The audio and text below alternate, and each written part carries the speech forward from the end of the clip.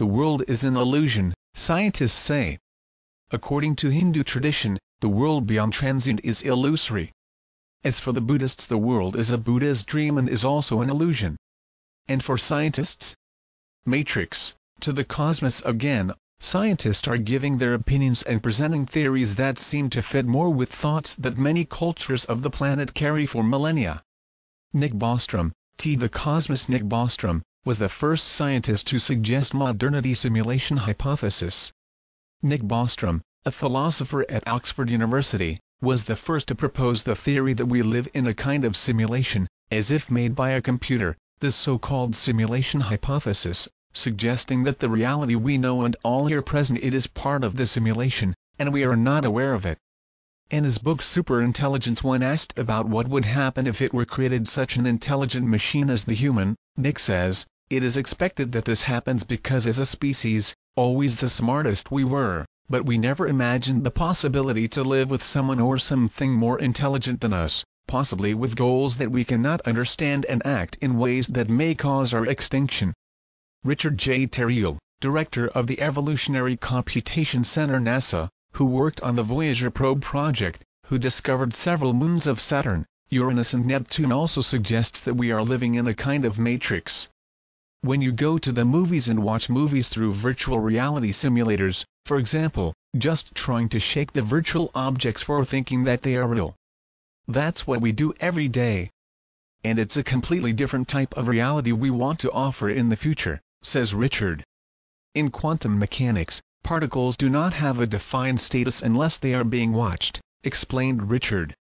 Imagine a new television you have purchased. You leave the house and thinks she is in her office, the way left. But cannot be sure, many things may have happened to her, or according to the new theory, it might not be there, because nobody sees it. The Heisenberg uncertainty principle, which states it is impossible to determine precisely and simultaneously the speed and position of an electron, brings a little more about how this works. Optical illusion, to the cosmos, an example of illusion. Even still, I have the impression that the image is moving. It would be something like the vision we have of the world, unreal, something that looks so real. Maya, as it is called, the material world in Hindu culture, is the grand illusion. In the Bhagavad Gita we find several allusions to the world of illusions. Hinduism, Buddhism, Taoism, among other esoteric traditions of the East, declare that the world as we know it through the five senses is unreal. Yoga Maya, to the cosmos Maya, the show where things seem to be, but are not. It does not seem that the science journal of the modern world is going to meet with the teachings of the ancient sages. Probably these scholars knew far beyond what we can imagine. Beyond the material world there are other worlds, life forms, cosmic laws to be complied with, as almost all ancient cultures believed. And what modern science is now saying to us? Perhaps the same message but in a different way. If after we die, according to what science has already proposed, there is no death, but a transformation out of this world, which is now called phantom, how we got here? Who controls this game?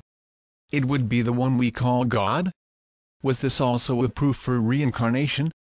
Whether or not this age of Aquarius that begins where everything is a mile a minute, it seems that the big difference that separates science and spirituality is becoming increasingly a fine line.